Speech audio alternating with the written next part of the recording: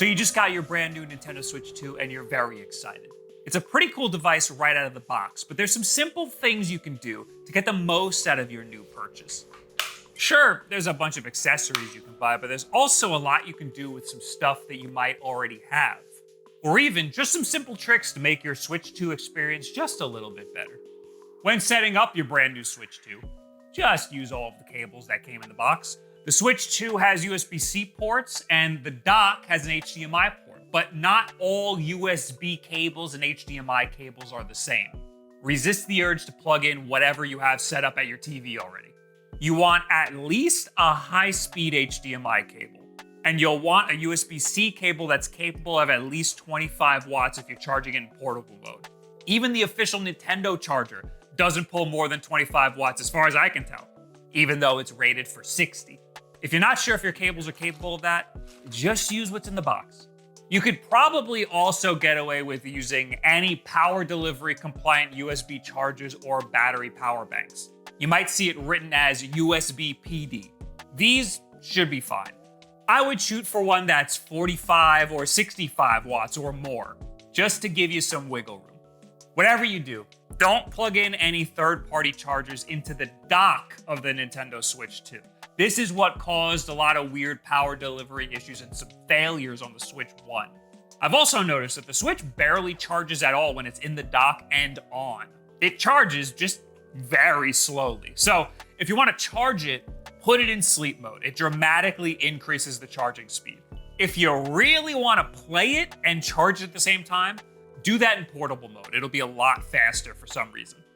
If you ever have an issue where you think that the battery percentage that's displayed here is wrong, or you think your Switch 2 is dying way quicker than it should, there is a battery recovery mode on here. Power the console down, completely off, then hold down the volume up and down buttons and press the power button one time. Keep holding those volume buttons until you see the recovery mode.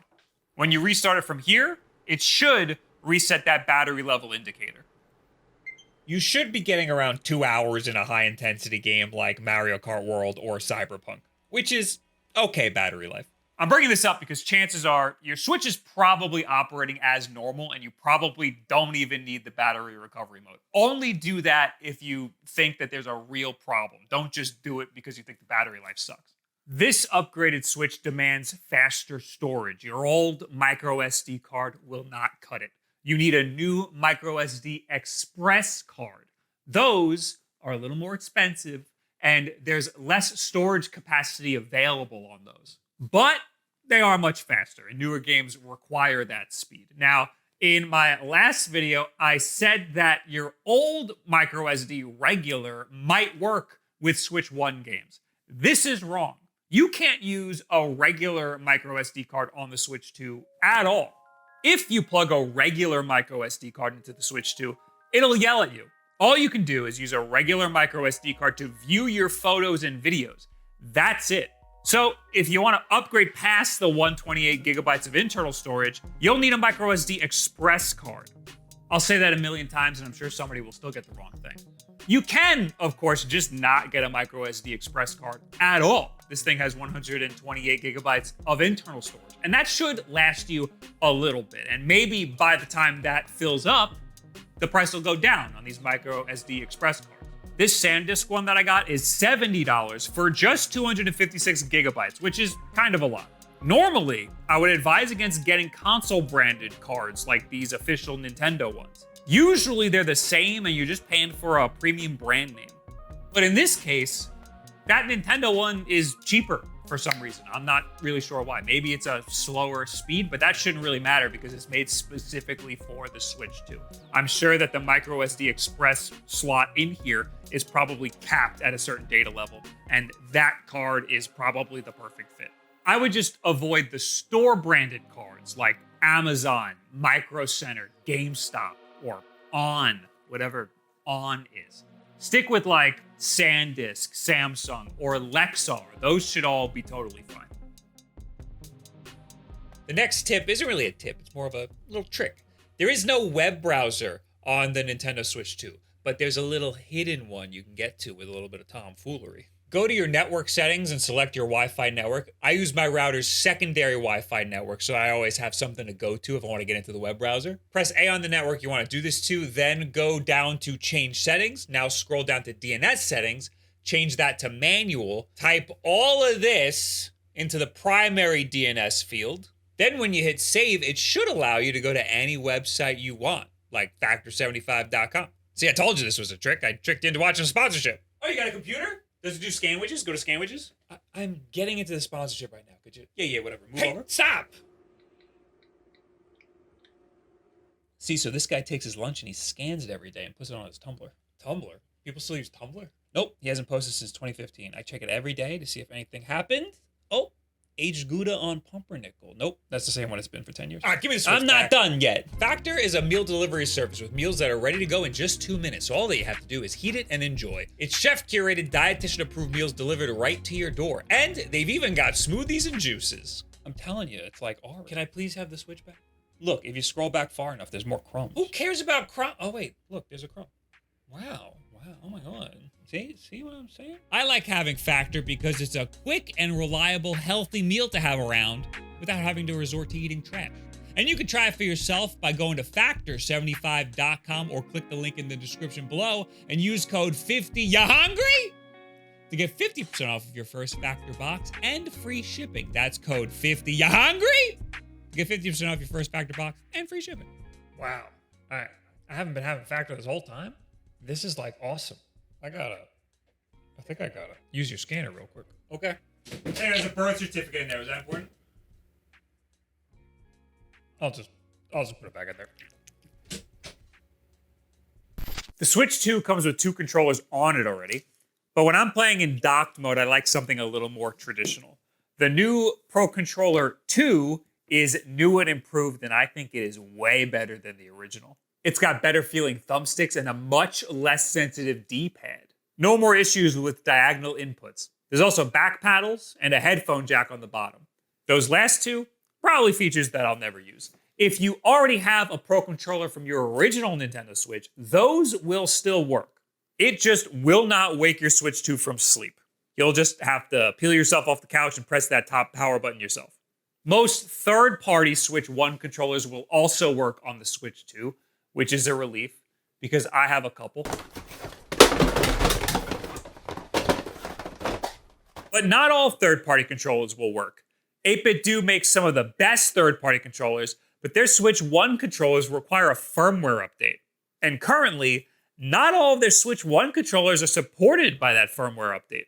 For example, I was able to get my 8BitDo Ultimate controller to work, but I could not get my 8BitDo Arcade Stick to work, which is a shame, because I love my 8BitDo Arcade Stick. I have a video already on that 8BitDo Ultimate controller. It's a great controller. You should check it out. I also have videos on a bunch of their other controllers. I'm a big fan of mouse mode. I play a lot of shooters on PC with a mouse and keyboard. So seeing this sort of controller-mouse hybrid is really exciting to me.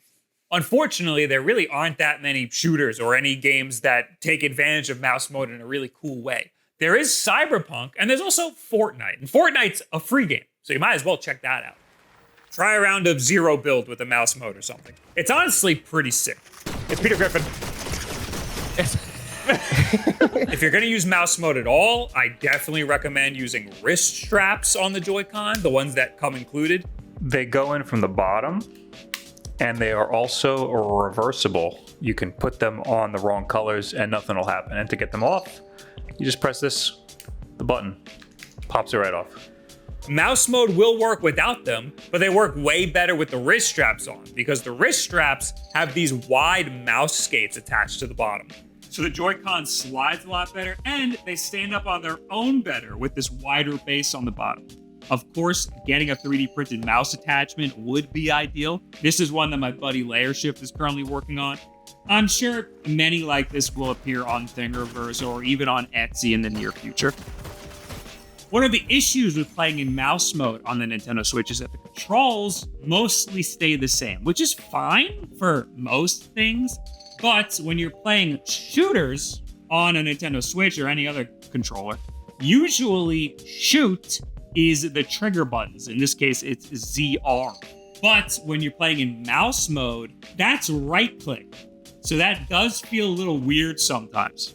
The easiest way to fix this in a game like Fortnite is to just change the controller configuration in the Switch's own OS. This setting is not in an intuitive place. From the home menu, go to System Settings, Accessibility, Button Mapping, and edit the right Joy-Con so that the R and Z buttons are reversed. I also reversed the L and ZL buttons on the left Joy-Con because this felt more intuitive to me, but that's optional. It depends how you like to play. This was the easiest way to get Fortnite to feel like I was using a real mouse. Also, in Fortnite settings, it defaults to having different X and Y axis sensitivity. It's a lot better if you make those values the same. It's still not exactly like having a real mouse. Nintendo has some weird mouse acceleration going on. It is a little hard to get used to, but it is still fun nonetheless. Cyberpunk flips the left and right clicks for you when you select to use mouse mode, so then you don't have to change it in the Switch settings at all. Now, it will remember your button mapping per controller, but it will not remember per game. And it will not warn you, like the Switch 1 did, that you've changed your button mapping every time you want to play a game. This annoyed some people. I thought it was nice to have. But if you go to the accessibility settings, you can toggle on button mapping in quick settings. This will make it easier to get into those settings while you're playing a game. You just hold the home button and they show up right there, edit button mapping, and then you can do it on the fly. There are also presets you can load. I have my little mouse swap set to a preset, so I can quickly do that on the fly. It also took all my presets from my previous Switch 1. Also, the C button is remappable. Do with that information what you will. Okay, last thing about mouse controls, you can actually plug in a USB mouse. However, it only works in some supported games, which is almost no games right now. It does not work in the Switch's own OS. That means you can't navigate the home screen with a mouse and keyboard, which is a little bit of a shame. Fortnite also does not support a USB mouse. Cyberpunk does support mouse and keyboard, but the input lag on a USB mouse is horrible. So do not get a Nintendo Switch 2 if you are hoping to turn it into a PC gaming setup. Some people were asking why the hell they would ever use mouse mode if they're intending to use their Nintendo Switch 2 primarily in their living room on the couch. And the answer to that is they designed the mouse to be used on any surface, including your pants. Oh, now you're making me a liar, dude. Oh, that's so weird. So mouse mode doesn't work if you have the Joy-Con vertical, but if it's horizontal, it knows to be in mouse mode. That's so weird. I would still recommend doing it on like a coffee table or a desk or something. A big ass mouse pad would help, like the ones that they had at the Nintendo event, which happens to be the exact size and shape of the Wulff Den branded mouse pads that you can get over on wolfdenapparel.com. I've been selling these since before mouse mode was even a rumor. Nintendo has their own branded USB webcam that you can buy as an accessory to the Switch 2 that you can use in like game chat or some select games. I did not buy this because you could also just use pretty much any USB webcam as long as it's like universal. There's a compatibility list somewhere on the internet, but just take one you have and plug it in and try it out. If you go to settings and scroll over to controllers and accessories, then down to test USB camera, you can plug in your camera and just see if it works. It helps if the camera is 1080p or lower. If we use one of these Genki capture cards we have here, we can then plug in whatever we want via HDMI. My game chat is gonna look pretty cool. I suspect that the higher the quality your webcam will be, the lower the frame rate will be. Game chat doesn't look all that great. I suspect that they're purposely nerfing the frame rate and the bit rate. So, ironically, the worse your webcam is, the better. The Switch 2 is capable of up to 4K 60 Hz or 1080p 120 Hz, both with HDR support. Not every display is capable of this. Most TVs aren't capable of anything above 60 Hz. This TV that I have here, that I've had forever, is only capable of 4K 60. To test this, you can go into your settings, go to display, then dock output information. This will tell you what type of signal your Switch 2 is currently outputting. If you're positive your TV is capable of 4K 60 or 1080p 120 and your Switch isn't outputting that, try a different HDMI cable. If your TV is not capable of either of these specs, like me, I would recommend just plugging it into a computer monitor. In some cases, your computer monitor might have higher specs than your living room TV. Computer monitors are more frequently capable of higher than 60 hertz. The only displays that I have that are capable of 120 hertz are all computer monitors. You'll also probably get faster response times, which means less input latency. This is also a great setup if you just want to use mouse mode too. HDR on the Switch 2 is also a bit tricky. In the display settings, there are actually two HDR toggles. The top one is for the Switch's built-in display, but the one that's all the way at the bottom is for whatever external display you have plugged into the dock. If you are a streamer or a content creator, I would recommend turning off this bottom HDR output toggle. HDR usually doesn't show up right in YouTube videos or Twitch streams, unless you do the whole video in HDR, which nobody does. The good news is that the Switch 2's HDR isn't really all that advanced, so it ends up not looking that much different with HDR on versus off when capturing footage. If you're not a content creator and just want to enjoy the Switch 2, leave it on. It'll up the contrast a little bit if your display allows it. It ends up looking pretty cool if you've got the right display. If I were you, I would leave this on compatible software only. Otherwise, it will just try to morph its own HDR onto things that don't support HDR. If your HDR is looking a little bit wonky, you can redo the calibration by going down to the bottom of the display settings and clicking the Adjust HDR right there. Make sure the right side icon is just barely visible. After this, there's another hidden setting. If you press Y on this page, you can change the overall brightness. The default setting is probably fine. If it still looks wonky to you, there may be some settings you can change on your TV. HD TV Test over on TikTok has a pretty good video on this that specifically talks about LG OLED TVs. Basically, just make sure HGIG is on. And then there's some other stuff, but that's the important one.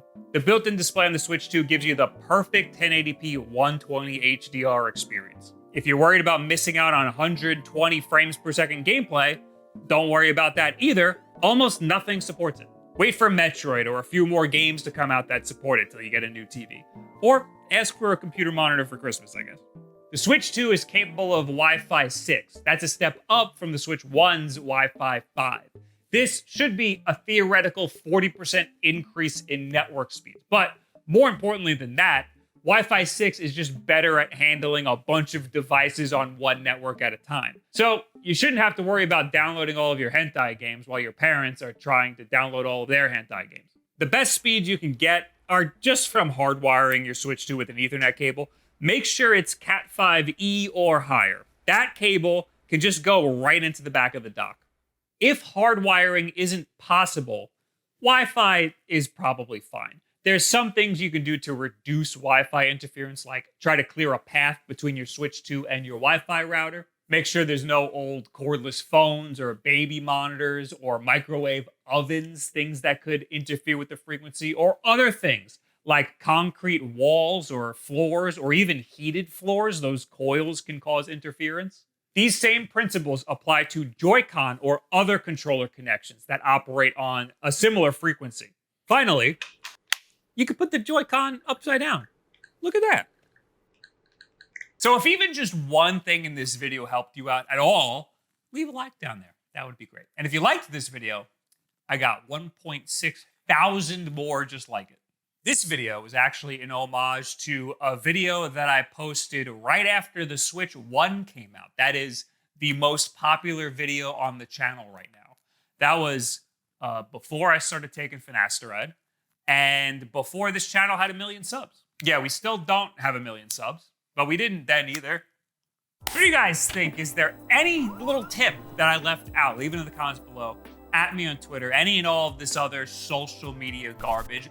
Come to a Twitch stream sometime. Share this video with a friend if they want to know more about their Switch 2. And for the love of God, subscribe so that what I said about 3 or 4 sentences ago can be a lie. Thank you very much. Have yourself a good week.